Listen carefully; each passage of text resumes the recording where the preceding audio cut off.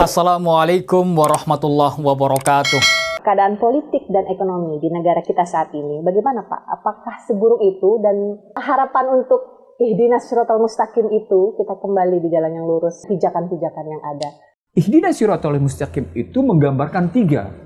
Anda punya kekuatan pijakan, Anda punya kekuatan pegangan, Anda punya kekuatan payung. La haula wala quwata illa billah. Tentang pegadaian syariah. Yang bersangkutan sedang mengalami kesulitan likuiditas hingga membutuhkan dana dalam bentuk tunai. Pilihan transaksi yang sering digunakan oleh masyarakat yang menghadapi masalah seperti di atas, lazimnya menggadaikan barang-barang yang berharga. Istilah gadai barang nampaknya sudah sangat akrab di masyarakat kita, terutama kalangan masyarakat yang membutuhkan dana tunai saat kondisi likuiditasnya kurang baik. Karena masyarakat yang membutuhkan dana tunai dengan modal gadai, permintaannya cenderung besar. Maka Pegadaian sebagai lembaga yang merespon kebutuhan masyarakat pun akhirnya dapat eksis dan berkembang pesat hingga saat ini. Pegadaian lahir dari interaksi permintaan dan penawaran terhadap dana tunai dalam waktu yang cepat dengan barang berharga sebagai jaminannya. Selama ini, bisnis pegadaian relatif tumbuh dan berkembang baik yang dilaksanakan oleh swasta ataupun pemerintah. Tingginya permintaan terhadap praktek gadai bahkan menyebabkan munculnya pelaku bisnis gadai dalam berbagai skala dengan beragam modal dan bentuk transaksi. Tak jarang karena masyarakat membutuhkan dana tunai dengan cepat, gadai barang menjadi salah satu modus rentenir dalam menjalankan operasionalnya. Gadai merupakan suatu hak yang diperoleh kreditur atas suatu barang berharga, yaitu semisal barang bergerak yang dijadikan sebagai jaminan pelunasan atas hutang. Dan pegadaian merupakan yaitu trademark dari lembaga keuangan milik pemerintah yang menjalankan kegiatan usaha dengan prinsip gadai. Diyakini bahwa praktek gadai telah mengakar dalam keseharian masyarakat Indonesia, maka tidak heran jika kita familiar dengan gadai, bahkan simbolisnya yaitu mengatasi masalah tanpa masalah. Pemerintah sendiri baru mendirikan lembaga gadai pertama kali di Sukabumi, Jawa Barat dengan nama Pegadaian pada tanggal 1 April 1901 dengan Wol von Westerhout sebagai Kepala Pegadaian Negeri pertama BUMN dengan misi membantu masyarakat dari jeratan para lintah darat melalui pemberian uang pinjaman dengan hukum gadai. Sesuai dengan Peraturan Pemerintah Nomor 103 Tahun 2000 Pasal 8, Perum Pegadaian melakukan kegiatan usaha utamanya dengan menyalurkan uang pinjaman atas dasar hukum gadai serta menjalankan usaha lainnya seperti penyaluran uang pinjaman berdasarkan jaminan fidusia, layanan jasa titipan, sertifikasi logam mulia dan batu adi, toko emas, industri emas, dan usaha lainnya. Konsepsi lembaga gadai syariah dalam suatu perusahaan tentunya tidak berbeda dengan lembaga gadai syariah dalam hubungannya antara pribadi. Alternatif yang tersedia untuk lembaga gadai syariah juga ada dua, yaitu hubungan dalam rangka perjanjian hutang piutang dengan gadai dalam bentuk al-qardul hasan dan hubungan dalam rangka perjanjian hutang piutang dengan gadai dalam bentuk mudharabah atau kerjasama. Lembaga gadai syariah perusahaan bertindak sebagai penyandang dana atau rob al-mal, sedang nasabahnya bisa bertindak sebagai rahin atau bisa juga bertindak sebagai mudharib, tergantung alternatif yang dipilih.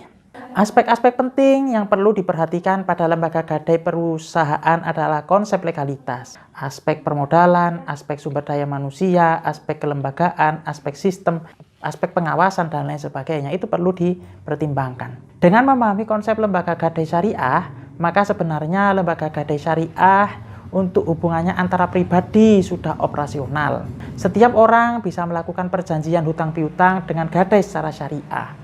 Pada dasarnya konsep hukum piutang secara syariah dilakukan dalam bentuk al-qardul hasan, di mana pada bentuk ini tujuan utamanya adalah memenuhi kewajiban moral sebagai jaminan sosial. Gadai yang melengkapi perjanjian hutang piutang itu adalah sekedar memenuhi anjuran. Tidak ada tambahan biaya apapun di atas pokok pinjaman bagi si peminjam kecuali yang dipakainya sendiri untuk syahnya suatu perjanjian hutang. Dalam hal ini, biaya-biaya seperti materai dan akte notaris menjadi beban peminjam. Yang gadai, jadi biaya administrasi itu ditanggung oleh peminjam. Secara konsep dasar pegadaian. Secara terminologi, gadai adalah meminjam uang dengan menyerahkan barang dan batas waktu. Bila telah sampai waktu tidak ditebus, barang itu menjadi hak orang yang memberi pinjaman. Gadai dalam bahasa Arab disebut ar-rohn.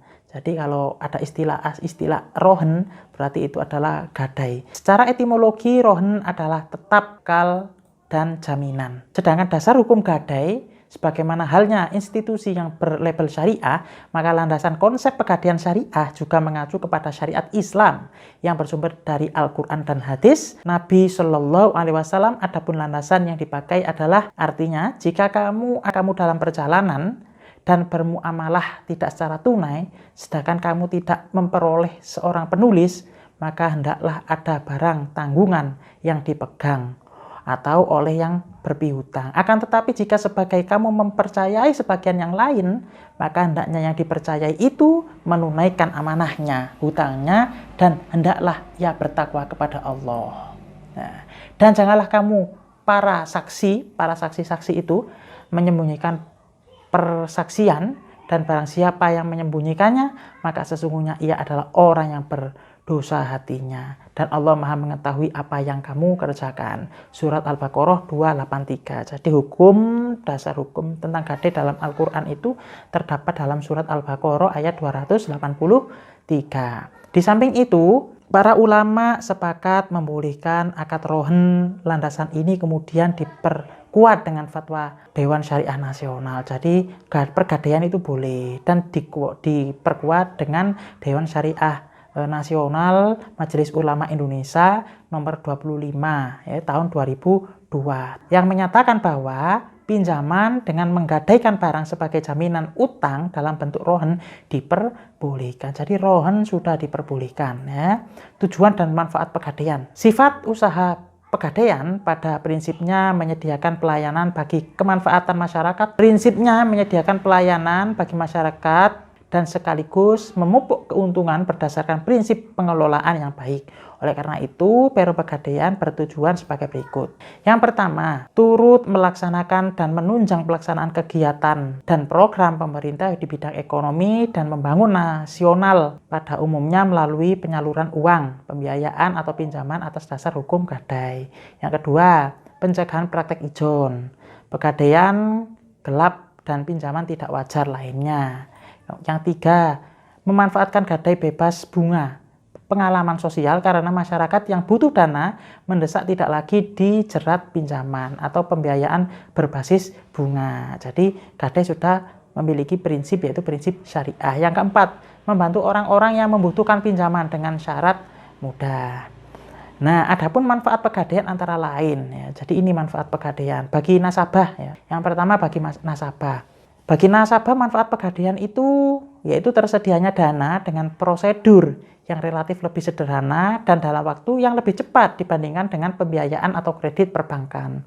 Di samping itu, nasabah juga mendapat manfaat penaksiran nilai suatu barang bergerak secara profesional, mendapatkan fasilitas penitipan barang bergerak yang aman dan dapat dipercaya. Hai, tahu nggak sih kalau berinvestasi bisa dilakukan dengan cara menabung loh? Kita tahu investasi sangatlah beragam, mulai dari properti, bisnis, franchise, surat berharga, dan emas. Mengapa memilih emas? Karena emas tahan terhadap inflasi. Mudah diuangkan, mudah disimpan, dan juga mudah dibawa. Kalau kamu sudah tahu soal tabungan dalam bentuk uang, apakah kamu juga sudah tahu soal tabungan emas? Tabungan emas adalah layanan pembelian dan penjualan emas dengan fasilitas titip emas dengan harga yang sangat terjangkau mulai ribuan rupiah. Fasilitas ini memberikan kemudahan masyarakat untuk berinvestasi emas. Apa aja sih keunggulan dari tabungan emas Pegadaian ini?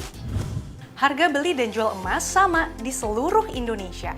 Dapat diakses online melalui aplikasi Pegadaian Digital, atau Anda juga bisa datang langsung ke lebih dari 4.000 kantor cabang di seluruh Indonesia, serta agen Pegadaian. Pembelian emas dengan harga mulai dari ribuan rupiah. Tidak perlu khawatir dengan pelayanannya, karena Pegadaian merupakan BUMN yang berpengalaman dan diawasi oleh OJK, serta selalu dijamin emas fisiknya. Tabungan emas juga dapat dicetak sebagai emas batangan dan ditukarkan dengan perhiasan. Lalu, gimana nih cara agar kita bisa punya tabungan emas? Ada 2 cara pembukaan rekening. Yang pertama, melalui cabang Pegadaian dengan melengkapi persyaratan yang ditentukan. Cara kedua, download aplikasi Pegadaian Digital melalui Play Store atau App Store. Ikuti tahapan registrasi. Pilih menu tabungan emas, input data diri dan pilih cabang lokasi pembukaan rekening. Pilih metode bayar dan lakukan pembayaran. Buku tabungan dapat diambil di cabang pendaftaran yang dipilih. Jangan lupa untuk aktivasi finansial di cabang ya, agar kamu bisa memanfaatkan fitur lengkap Pegadaian Digital. Nah, mudah kan buka tabungan emas di Pegadaian? Tabungan emas ini juga memiliki keunggulan. Di antaranya bisa digadaikan, bisa dicetak jadi emas batangan, ditukar jadi perhiasan, pembiayaan perhiasan, transfer antar rekening, dan bisa dijual kembali. Nah, saya sudah punya nih tabungan emas Pegadaian. Kamu kapan? Pegadaian. Saya Karen mohon undur diri. Subhanakallahumma wa bihamdika asyhadu an la ilaha illa anta astaghfiruka wa atubu ilaik. Billahi taufiq wal hidayah. Wassalamualaikum warahmatullahi wabarakatuh. Waalaikumsalam warahmatullahi wabarakatuh. Terima kasih. Wassalamualaikum warahmatullahi wabarakatuh.